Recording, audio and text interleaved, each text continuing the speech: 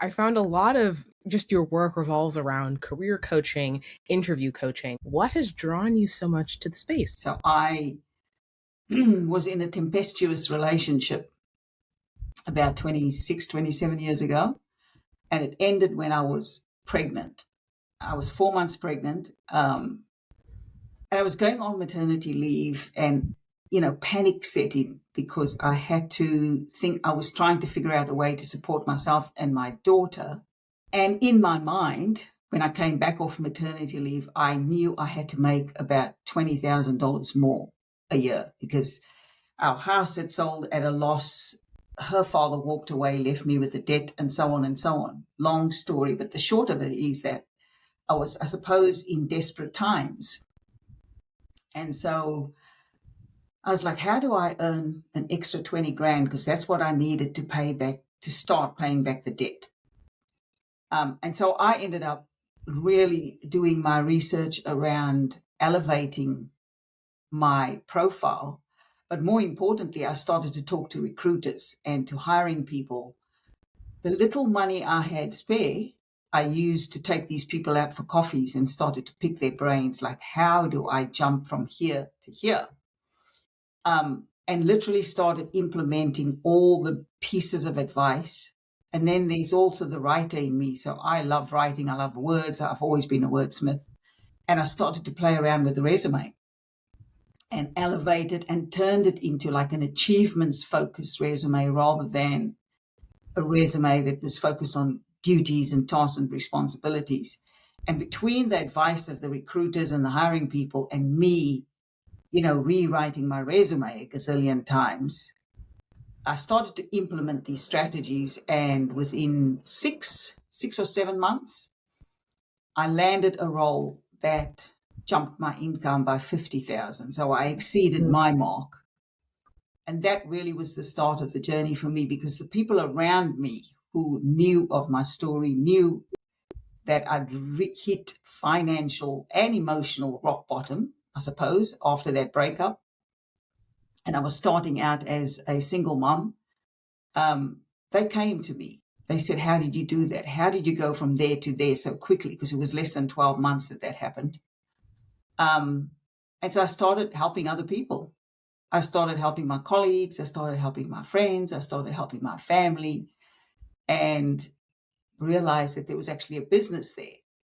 And so I started that as a side gig business, the coaching and the helping people elevate their career profiles, and landed that big job in corporate. So I was working two jobs. I was working my full-time corporate job, and I did that for about 23 years. And alongside that, I was helping people elevate. So that was very much a part-time role. Then once I went through menopause, which I've just come through in the last few years, I left corporate. It was actually the catalyst for me leaving corporate, and I went full-time in my business. And so that's how I do what I do.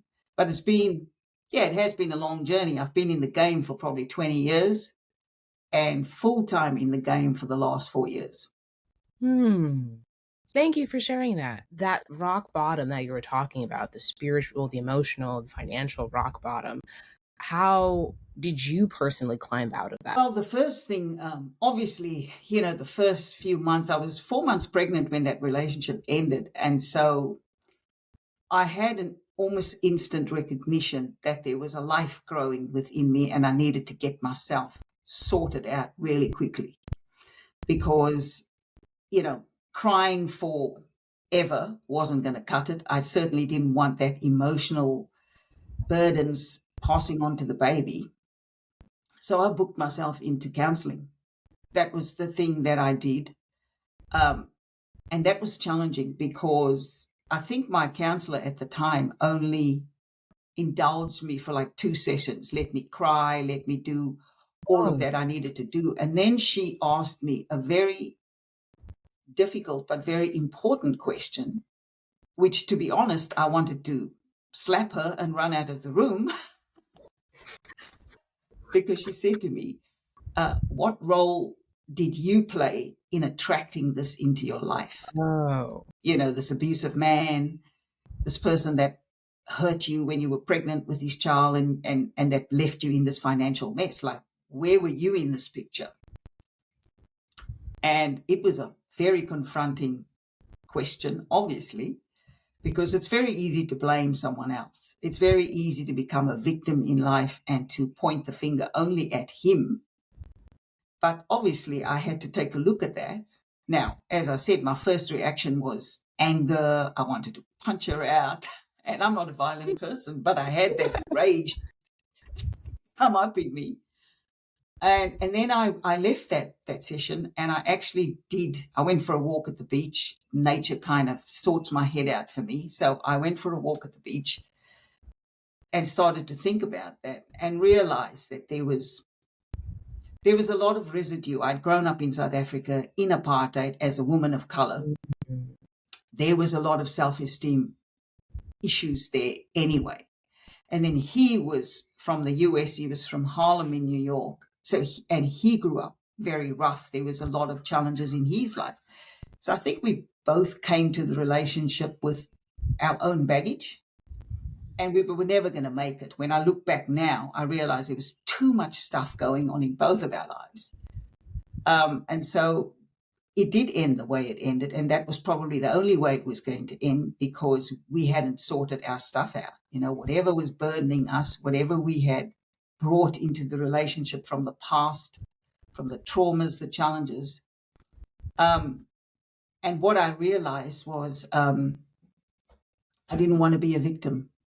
I was going to be a new mother, and I was like, I don't want to be a victim, and I don't want to raise my daughter to be a victim, to feel like you're powerless, and when bad things happen, there's not a lot you can do about it. And so in the end, I took on the question, started to explore it. I started journaling. As I said, writing has always been a thing for me, and I often use it to process a lot of stuff. Like when I'm challenged, I journal my way through things. And that's what I started to do. Started to record my own thoughts, what was coming up, what was some of the recognition I was having about where I'd played a part. I was stubborn and rebellious, and he was a very strong man. He was an athlete, and I would get right in his face sometimes. And I was like, man, that, it wasn't very smart. Like, I'd be confrontational, so to speak. And I'm not saying that people shouldn't be, but sometimes you've got to know when to back off, and you've got to know when to keep yourself out of harm's way. And I didn't always do that. So, and that was both in that physical sense of going up against him, but also emotionally, not keeping myself out of harm's way emotionally. So there was a huge growth during that time. And I chose to, once we had split up and I was raising her, I was single for a lot of years. And I chose that deliberately because I wanted to sort my head out.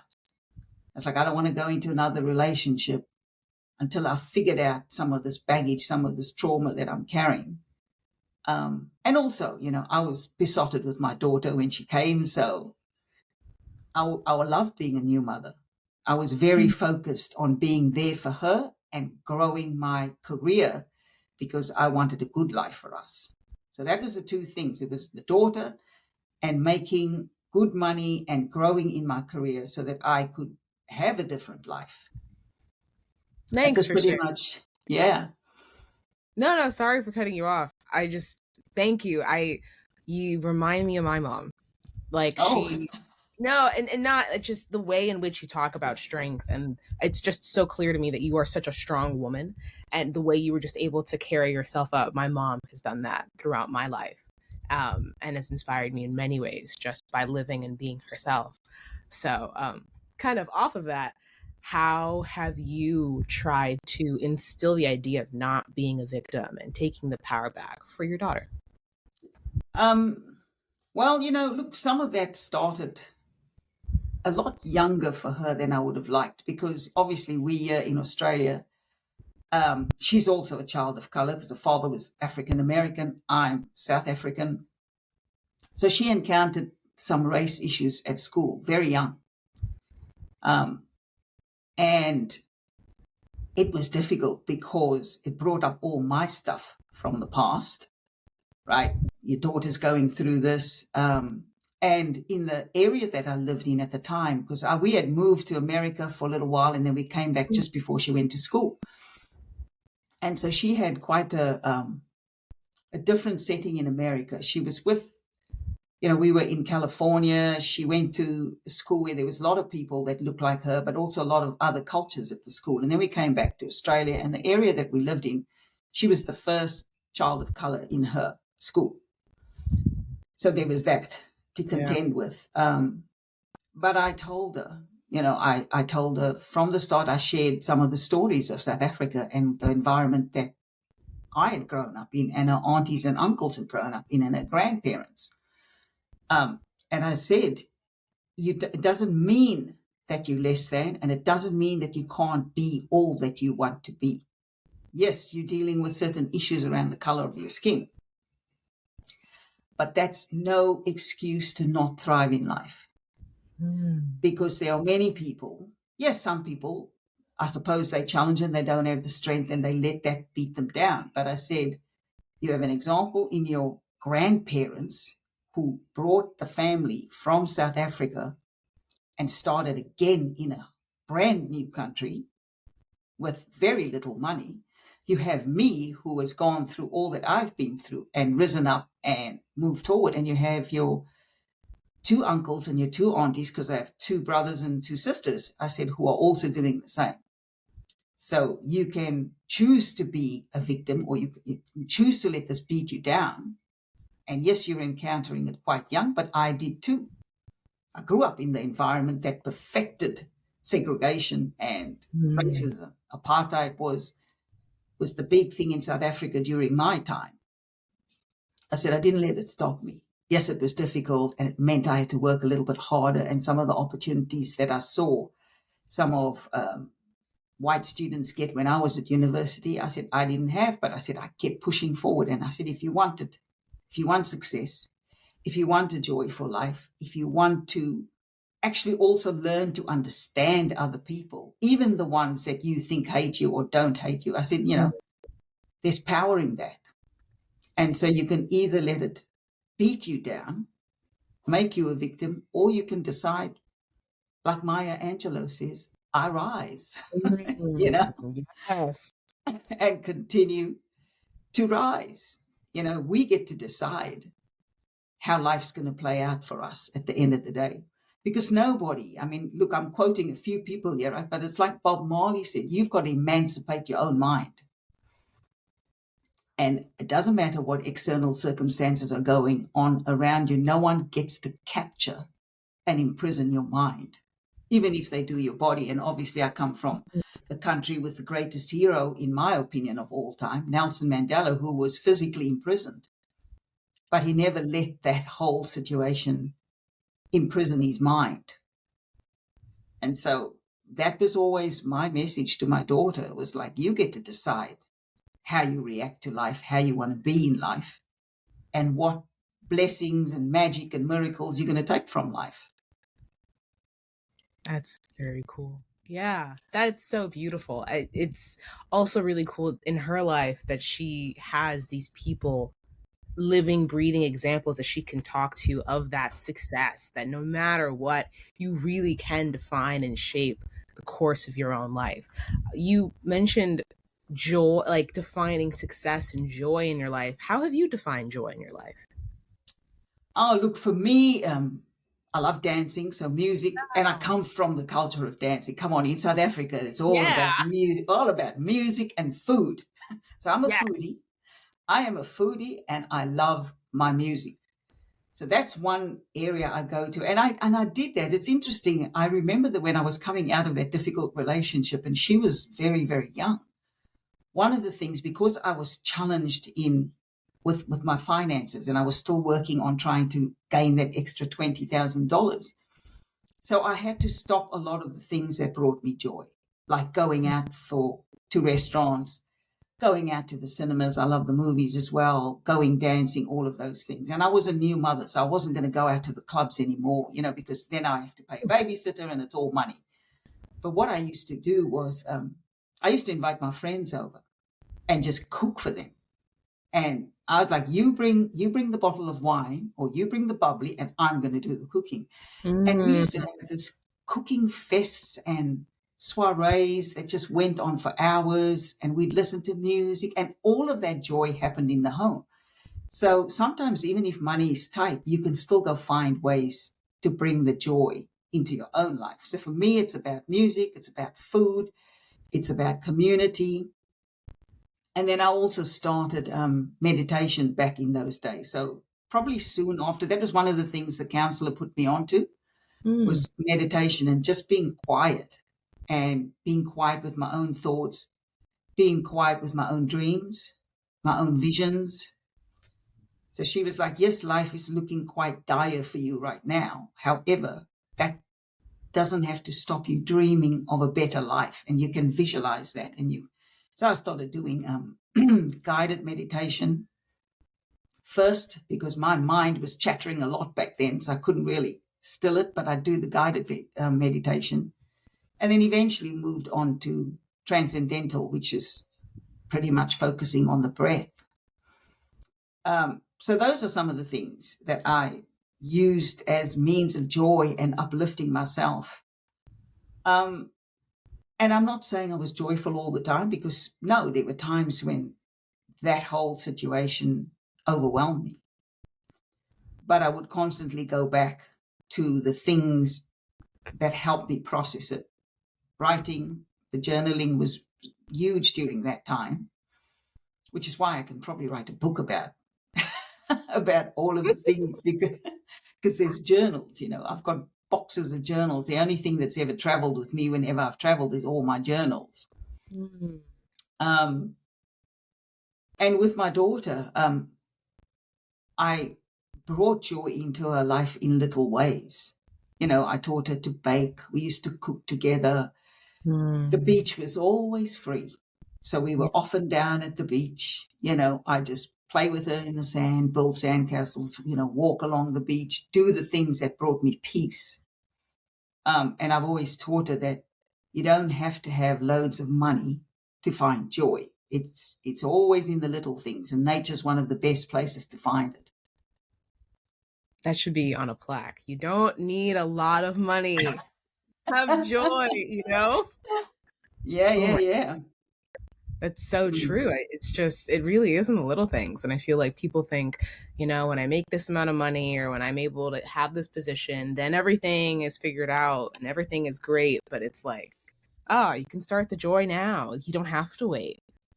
Yeah, and you know what I've seen is that the joy leads to some of the bigger things, because you're creating and you're innovating from that space of joy. And I don't know, it seems to be, there's something magical in that, and it elevates you. And because what I've seen is when I allow myself to get stuck, because, certainly there were moments when I felt stuck. There was a lot of loneliness. There was certainly a lot of fear trying to overcome paying back all that debt, because the house sold at a loss when we split up, and there was a $50,000 debt. And I was going on maternity leave. So the income slowing down, you got this huge debt hanging over your shoulder. There were definitely moments of fear. And I noticed patterns. And this is all through the journals, rereading what I'd written. I noticed that when I was in fear, I was quite paralyzed, and whatever I was trying to create would very, very rarely work out.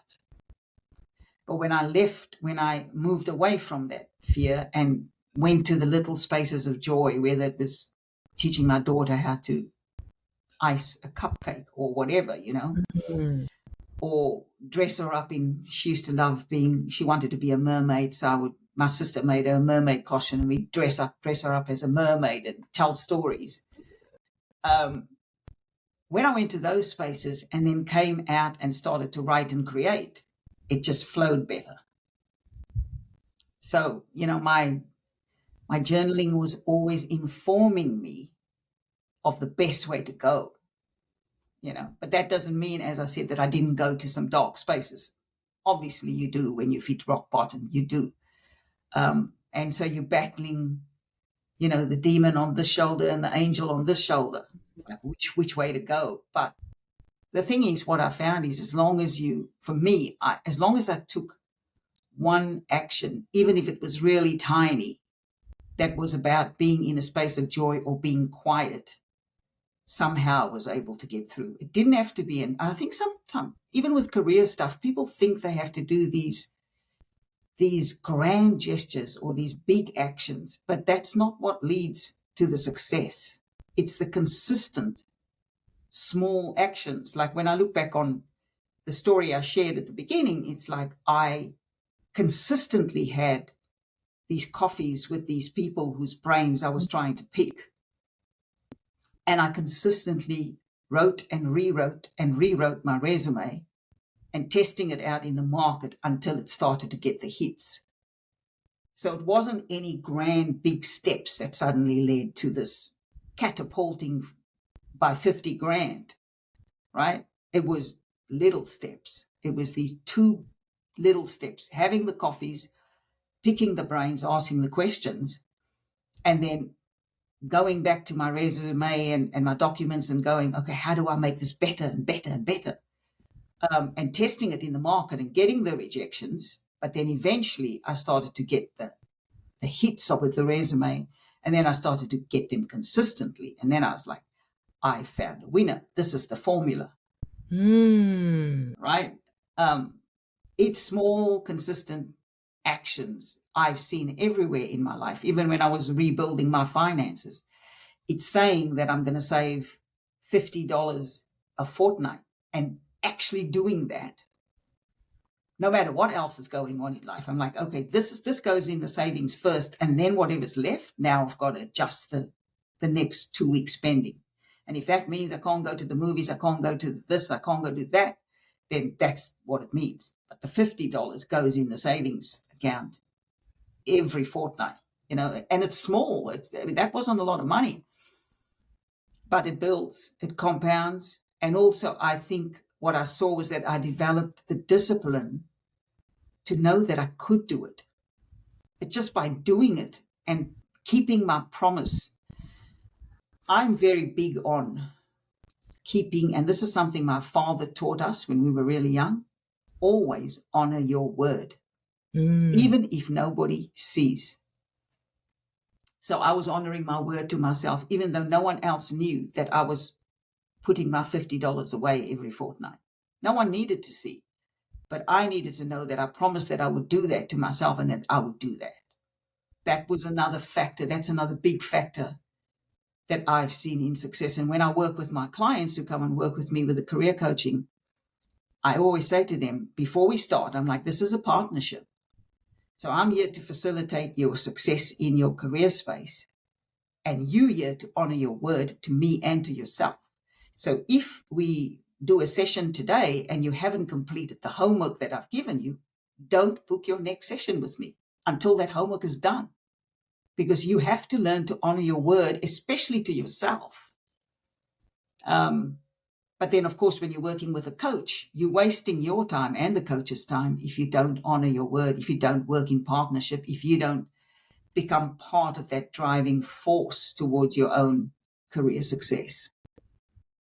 That is such a good nugget, just because, yeah, you're right. It's so easy to break a promise to yourself because you're right. No one's looking. No one's going to like ding you on the shoulder. It's so easy to let yourself down. Which, yeah, we let ourselves off the hook. I mean, we can all come up with excuses. I certainly have done that, but I always pull myself back in. I think when you train yourself and it's taken a long while to get here, and it started right back then with that mess. So I always say that I turned that mess into success, but it was all the little things that I did to turn around that mess that has now become very much a part of my character and very much a part of the little disciplines in my life. And people hate that word discipline. They hate it. Yeah. Because it's like, oh man, that's boring and it means I gotta. But the thing is, it's the same as accountability. Discipline is just another form of accountability. And if you're not accountable to yourself, then someone else will take over life, whether it's your boss, whether it's a relationship or anything like that. And then someone else becomes the driving force in your life, and you'll find that you lose your own voice in the process. And that was one promise I did make to myself after that relationship ended, was that I wasn't going to lose my own voice again, because I did. I was overpowered in many ways, overwhelmed in that relationship, and gave up a big part of myself. But I saw that once she asked me that difficult question, because one of the biggest answers was, I let that happen. That was not, nobody gets to come in and just take over your life and your voice and your actions and how you respond in the world, unless they hold a gun to your head, right? So nobody gets to come and just do that. So when it happens in your life, you ultimately have, and in my case, I certainly owned that. I had allowed that to happen. And it was unbelievably confronting to own that. Because up until that moment, up until that counselor had asked me that question, I was still very much blaming him. But in the end, there's no power. How do you move forward in your life when you blame someone else and hold them accountable for all the different things that have happened? And I was like, no, this is not a way to go forward. And so discipline comes back to being accountable to yourself. And I actually have seen, not just with myself, but with people that I've worked with, and even friends that I have, the ones that are thriving in life are the ones that very rarely let themselves off the hook. Very rarely. They might occasionally, if they're sick and they go, you know what, I don't feel like honoring my word to myself today. I just want to get under the doona. I know. And I certainly did that during menopause. That was a very difficult time for me. It hit me hard. It came when I was it came at 45. In my head, it was supposed to come in my 50s. It came at age 45. So it really upended me in many ways. And there were days when I did doona dive. I was like, I can't think straight. Yeah. I'm going to doona dive. And I did. That's okay too, as long as you don't stay there. It's the way you talk about discipline and accountability, I have to say, is very refreshing. There's just, and maybe it's the way social media has shaped it to be. Like, you have a certain archetype that talks about discipline that's very just, there's a strong man, strong arm to it that is intimidating. It's just not as welcoming. So how do you define discipline? Is it the idea of keeping a promise to yourself? Like, how have you kept it so positive? For me, it's just like, it comes back to that piece of wisdom from my dad, which was honor your word to yourself.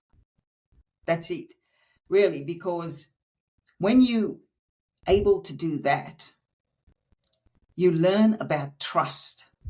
You start to learn to trust yourself very quickly or very consistently.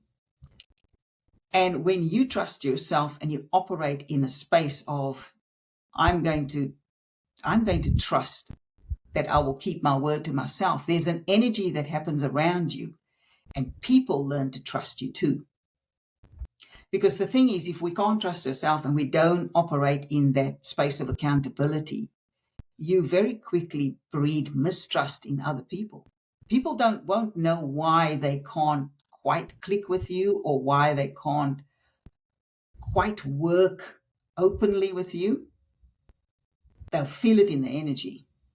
Because energy works in everything, in the way we speak, in the way we are, in the way we hold ourselves, all those things. And so I realized, because even when I look back at, the relationship and going back to that again, we both came from this place of extreme trauma, him from his and me from mine. And when I think on the key thing missing in that relationship, it was trust. I didn't trust and he didn't trust, really. And the two bumped up against each other. And so I think for me, discipline is about taking the action steps that's going to have me continually create trust within my own being, my own instincts, my own voice. And you can't do that without a certain amount of discipline or accountability, if you want to use the other word. And for me, if I'm going to run a successful business, or I'm going to be someone who wants to live out my mission of helping other people grow, that is key. Trust is key, trusting myself and creating a trust element between me and the people that I work with. And I've seen that even when I was in corporate. It wasn't the fact, yes, I was in technology and I was in project management and all of this, but that is not what delivered the successful projects. It was the people. It was the energy that you built and the empowerment you gave to the people that allowed them to step up and then put their best foot forward in very difficult project delivery. And so my thing when I was working in corporate was all about building the people. But I think it's very difficult to truly empower other people and build other people if you haven't done it for yourself. Everything starts with me. I can't give to others what I don't have within me, because it comes out in different ways. I've seen it. I've seen managers who dictate rather than lead. Yeah. Right. And so they lead. Well, they don't lead. They dictate with fear. But you never get the best out of people that way. And so if you're going to be a great leader, leaders start with themselves. You never ask of someone what you aren't able to do yourself or you aren't able to give yourself. And, I saw that in both my parents and the way, the strength that they exhibited. They raised us with a fair amount of discipline, but they never asked of us what they were not willing to do or give of themselves. And so I learned that very young. I did forget it along the way from time to time, particularly in that relationship, but also in other areas of life. There were times when I let my health go, but now I'm at a stage, especially after that midlife phase. And for a lot of women, it comes at midlife. Your body betrays you in some ways. Because you're like, we do take it for granted, but then you start, natural things start happening in your body. You start losing estrogen and things like that. It affects the brain. You get brain fog, all kinds of things happen. And you go, what is happening to me? And you do feel, I did definitely felt betrayed by my own body. But then I was like, you know what? But you also haven't been giving to your body what you need. You haven't supported your body the way you need to. You've done it in some other areas of life. You've made money. You've had a successful career. But what about this health journey? So, yeah, it certainly was not disciplined, was not my word to myself, because I always wanted to be healthy. But did I do everything that I needed to do to be healthy? Absolutely not. And stress crept in and all of these things. And one of the big things I did do, and this might be something that other people might gain something from, was I realized when I was in corporate that running the business, the side business, the career coaching business and the corporate job was too much stress on me. During that very difficult time, during a time when my body was changing significantly. And that was the catalyst to leaving corporate. I was like, because then I also did a process with myself, dug into my whole journey and was like, what is really bringing me joy? What do I really want to do going forward? I actually have that process on my website as a free resource, and I call it Mining Your Story. And I mined my own story to go and dig up the patterns, all the things that brought me joy, the things that I was naturally good at. And that was where I identified that the writing was the absolute thing that was the thread through my life from the time I was very young, and helping people was the other thread. And I ended up making the decision to take my business full time and left corporate after that. But I put myself through a process, of I, getting clear. that's it's is that thunder on your end? It is. The storm has just come. I was gonna say it looks like whoever's up there agrees. Just like yes, Yeah. that would. Yeah, we apparently having a storm today, but it's come earlier than they said it would. So I was hoping I would be able to do this before the actual storm started. It's okay. It's fun. It's like they're giving their opinion. They're in this That's conversation. right. The divine sources saying, yep. Yes, 100%. She listened. Yes. Yes. Oh man. So then, on the theme of just listening to your body and trusting yourself, how now have you, I guess, redefined your relationship between work and your life and health? Like, how have you now found a new balance?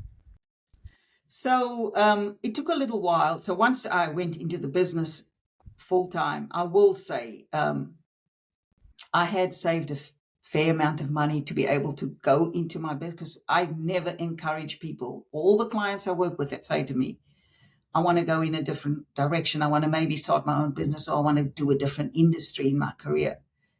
I never encourage people to leave a current job if their finances aren't sorted, if they don't have a backup savings plan.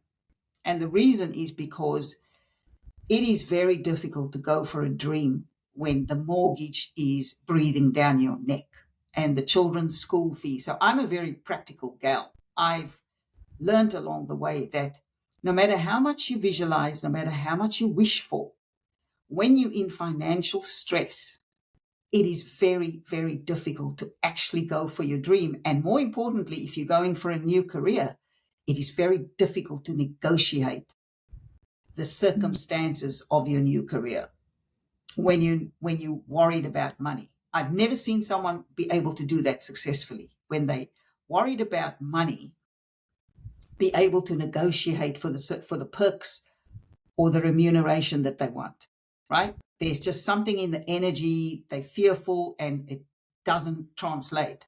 And so for me, I say to people, make sure the finances are in order. So that was one thing I did.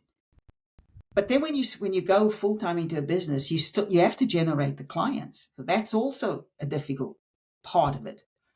And so there was a lot of hard work for the first 2 years, generating the clients. And there again, consistency. You've got to show up.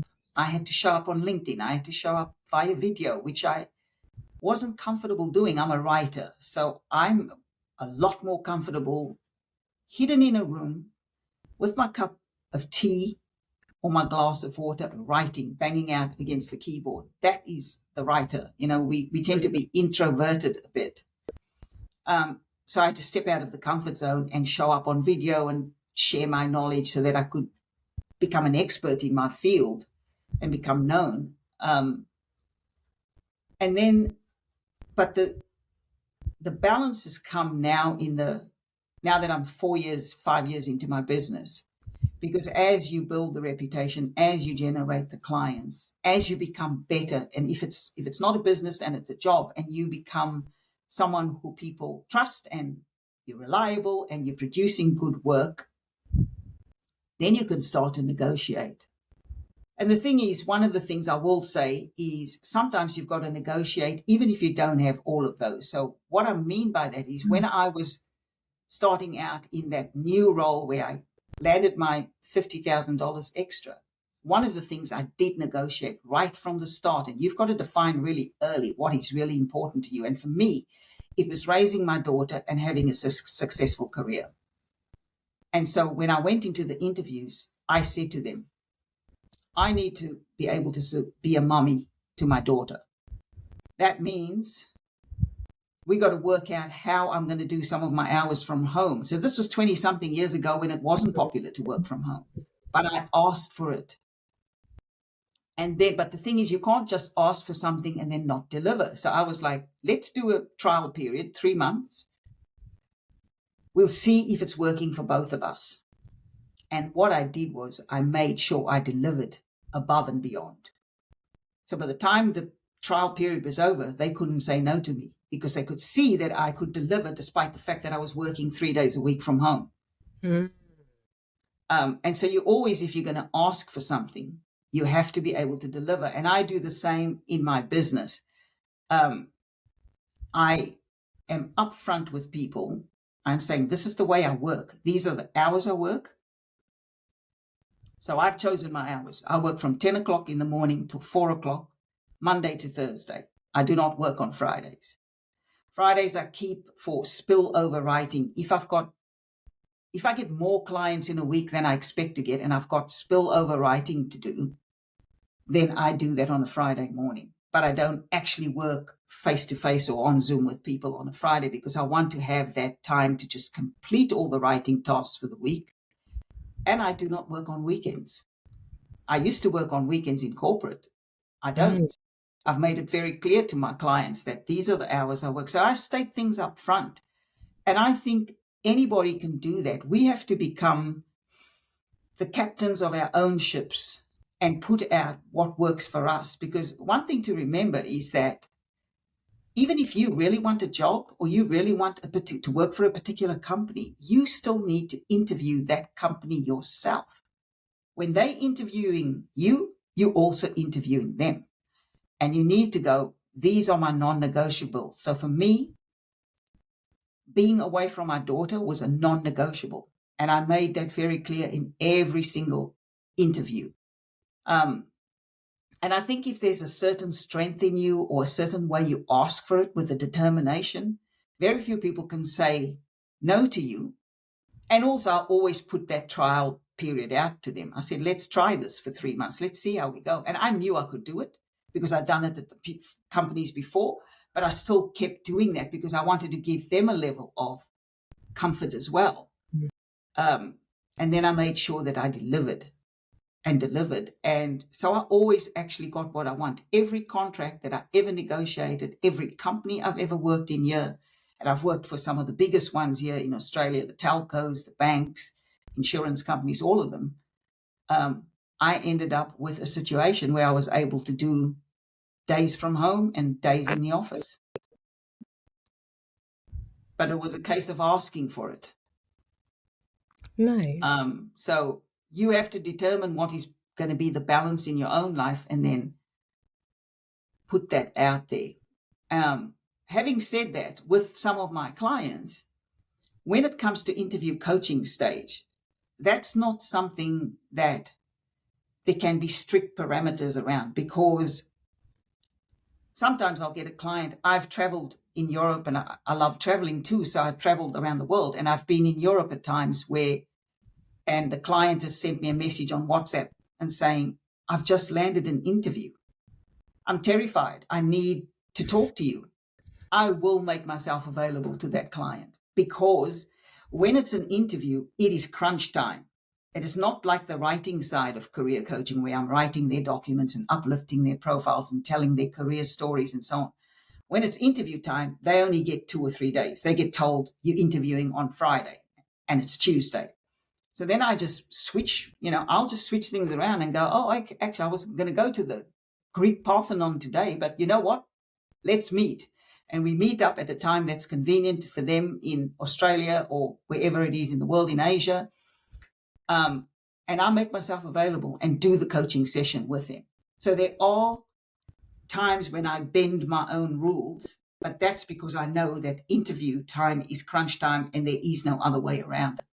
So there has to be flexibility as well. Sometimes you have to be flexible, but fundamentally, I stick to my rules of these are the hours I work. This is how I work. This is who I work with, because I've now gotten to the point in my business where I also choose who I work with. So I do like a 15-minute call with people, have a chit chat with them and decide if that is the person that, because I can tell very quickly after 20 years, I can tell very quickly if I'm going to step into partnership with someone around their career growth, or if they're coming to me and expecting me to be a miracle worker, because I'm not a miracle worker. I'm a coach. I'm a facilitator. I'm a guide, a North Star. for people, but I'm not a miracle worker. That happens, miracles happens in partnership, us with each other, me with my client. And so I'm quite clear. I communicate very clearly right from the start so people know. And I think that's important. Set the expectations early. And I set it for myself, and I also set it for my clients. And so I get to work very much in a way that I now like to work, you know? Yeah, that's great. I'm looking at the time, and so I have two questions for you. First Yeah. one, and that I always love asking towards the end because it's so fun. If you were to go back to the beginning of your journey, wherever you decide that may be, maybe it was when your partner left, what maybe it was before you ever met them, what would you tell yourself now? Um, so it probably would be at that time where I felt quite broken. That was my rock bottom. So I was broken. And if I went back to that, that was the beginning of the turning around of the mess of my life. I would tell myself, get up, because it took a while for me to get up. I would Mm. tell myself, get up and go find your own voice again. That would be, because it is our own voices that we have to trust. And everybody has it in them. People just say, I don't know what to do. And I hear that often. But the fact is, if they sit quietly enough, they always know what to do. The truth is, they're scared to do it. There's a difference between knowing what to do and having the courage to do it. And most of us know. It's like there's like a radar inside all of us that knows the kind of life we want, knows the joy we want to experience, knows the kind of relationship we want to have, knows the kind of finances and the whatever joy we want to have. We know it innately, but not everyone has the courage to go get it. And that's what it takes. And so I would say to myself, get up, put your courage girl pants on and get moving. Oh man, yeah. After this call, I have to find my Courage Girl pants and dust them off because they need some cleaning, you know? Oh man, I love that. Yeah. My last question for you, because your daughter has been such an instrumental role in your journey, just such an integral part of it, I have to ask, how is she doing now? Oh, she's amazing. So she is 26 years old now. She's a fashion and editorial model. So Oh my, she gained her father's height. She's 6 foot tall. She's beautiful. But I encouraged her to go work in a deli at age 14. She was spotted at age 14 and, signed up for this with this modeling agency. But I always knew that that was a wonderful career if you could continue to drive it. But it was a very difficult career. It was a career of rejection. And also, they make crazy money in that industry. So I sent her off. I said, you need to get a normal job. Like some kids get a McDonald's job at age 14 or 15 here in Australia. I was like, you need to go find your everyday job. And I made her do that. And she learned about how ordinary people live, working for a wage that doesn't pay that much. But she did it and she turned up and she has incredible work ethic. She works in retail part-time and she's a fashion model, commercial model, runway model part-time. So but she's got two jobs and she excels in both. In the retail industry, they've constantly wanted to give her managerial roles and different roles, promoter. She hasn't taken it because her passion is in the other industry. But she's learned the discipline. She's an entrepreneur, so she likes her multiple streams of income. oh, good. She's learned that from her mommy. Yeah. And but she's incredibly disciplined. And even in in the modeling industry. I've been to many of her shows. I've been, when she was younger, I had to go, obviously, when she was shooting because she was too young. So she had to have a parent on set and so on. And the feedback that I've gotten from every photographer, every makeup artist, whoever she's worked with, was how amazing she is to work with, how humble she is, and how hardworking she is. She delivers. She always delivers. And so she often saves companies. They'll book her for 4 hours or 5 hours, and she delivers within 2, saving them money on the crew, the makeup art, everything. And so she's built that reputation. She is known for that in the industry, and I am unbelievably proud of her. But there again, it was the discipline, the accountability. I taught her, always honor your word. So if your word is to turn up at 8 o'clock on time, you turn up at 8 o'clock on time and you give your best everywhere. And so that's the reputation she has in the industry. She gets regular and consistent work because she's built that name of being the non-diva model. Even when I've gone to shows, the catering staff have come up and talked to me and said, she's so kind. She's a kind girl. She knows good. Because I've said to her, if you ever let this go to your head and you misbehave, I don't care where you are in the world. I'm flying over to see you and I will set you straight, girl. Mama will set you straight. We have an incredibly close relationship. We've traveled the world together. I still travel with her even to this day. We often go on trips together. She's turned out really well. But she was, in many ways, I say she saved me because she was there in the tummy when all the bad stuff went down, and it was the guiding light for me to move forward. And so we've probably been each other's North Stars. I know I've helped her. She's watched me grow. I've always said to her, don't watch what people say, watch what they do. And so I've never asked of her what I was never willing to do myself. And so I'm incredibly proud of her. She's very successful at a very young age. Oh man, I wonder where she got it from. I wonder what incredible coach she had on her side throughout life. Oh my gosh. This has been amazing. Thank you so much. It's been so it's been beautiful. a pleasure. It's been a pleasure chatting with you.